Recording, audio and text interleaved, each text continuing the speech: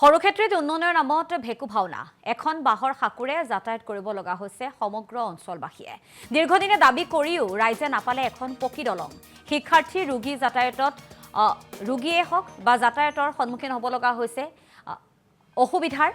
আৰু বিধায়ক জাকিৰ হুছেইন সিকদাৰৰ বিৰুদ্ধে ৰাইজে ক্ষোভ বুজাৰিছে দৃশ্য আমি দেখুৱাইছো এনেধৰণে দীৰ্ঘদিনৰ পৰা এখন বাহৰ দলঙেৰে যাতায়াত কৰিব লগা হৈছে সমগ্ৰ অঞ্চলবাসীয়ে যাৰ ফলত জিয়াটো ভুগিব লগা হৈছে অঞ্চলবাসীয়ে এই সন্দৰ্ভত আমাৰ সতীৰ্থ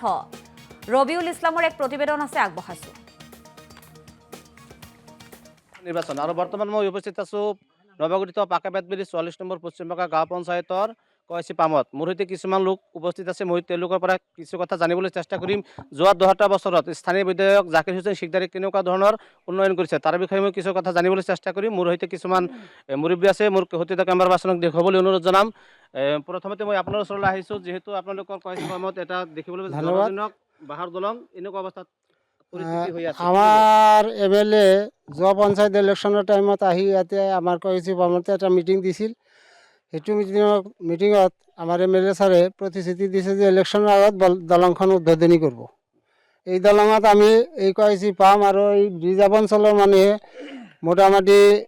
৭-৮ বছৰ ধৰি খুব দুখ কষ্টেৰে আমি চলাফুৰা কৰি আছোঁ কেতিয়াবা আমি নিজা ঘৰৰ পৰা বাঁহ বেত আমি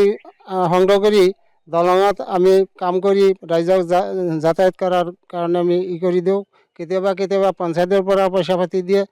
আৰু বৰ্তমানে আমাৰ দলঙত এমএলএ ছাৰে এই দুৰ্দশা দেখি এমএলএ ছাৰক আমি প্ৰায় কৈয়ে থাকোঁ সৰুক্ষেত্ৰীত উন্নয়নৰ নামত ভেকু ভাওনা এখন বাহৰ সাকুৰে যাতায়াত কৰিব লগা হৈছে সমগ্ৰ অঞ্চলবাসীয়ে দীৰ্ঘদিনে দাবী কৰিও ৰাইজে নাপালে এখন পকী দলং শিক্ষাৰ্থী ৰোগী যাতায়াতত ৰোগীয়ে হওক বা যাতায়াতৰ সন্মুখীন হ'ব লগা হৈছে অসুবিধাৰ আৰু বিধায়ক জাকিৰ হুছেইন সিকদাৰৰ বিৰুদ্ধে ৰাইজে ক্ষোভ বুজাৰিছে দৃশ্য আমি দেখুৱাইছো এনেধৰণে দীৰ্ঘদিনৰ পৰা এখন বাহৰ দলঙেৰে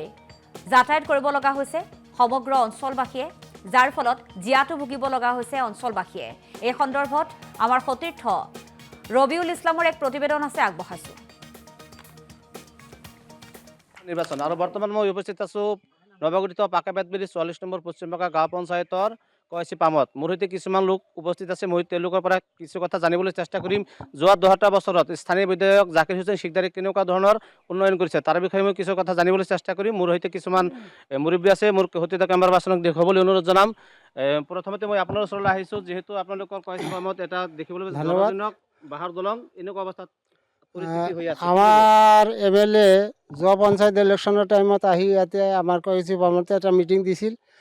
সেইটো মিটিঙত আমাৰ এমএলএ ছাৰে প্ৰতিশ্ৰুতি দিছে যে ইলেকশ্যনৰ আগত দলংখন উদ্বোধনী কৰিব এই দলঙত আমি এই কয়চি পাম আৰু এই ৰিজাৰ্ভ অঞ্চলৰ মানুহে মোটামুটি ৭-৮ বছৰ ধৰি খুব দুখ কষ্টেৰে আমি চলাফুৰা কৰি আছোঁ কেতিয়াবা আমি নিজা ঘৰৰ পৰা বাঁহ বেত আমি সংগ্ৰহ কৰি দলঙত আমি কাম কৰি ৰাইজক